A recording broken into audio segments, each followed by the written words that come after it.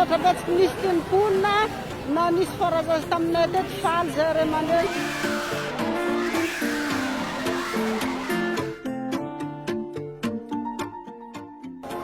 Ramatoa minisitra ny mponina nikarakara ny zanakanay tamin'izao hetsika lehibe izay nataonareo ray aman-dreny, ka Andriamanitra ne hitahy anareo ary hitondra soa amin'izay andraikitra nomen'Andriamanitra anareo.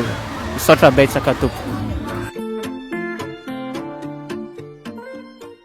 Misaotra betsaka Ministra Angelikana omia fahasoavana ny zanaka malagasy.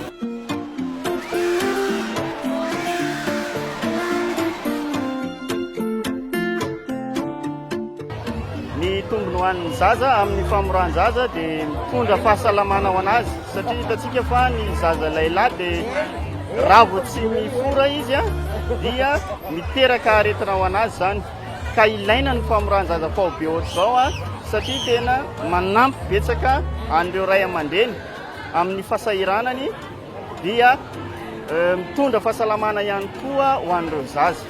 Eto dia misaotra betsaka amin'ny fitondram-panjakana izay soloan'ny ministeran'ny mponina amin'izao fikarakarana izao hetsika famorian-jaza faobe izao, dia mankasitraka mankatelina satria tena nisitraka tokoa ny mponina eto amin'ny faritra Analanjorofo eto Afenerive.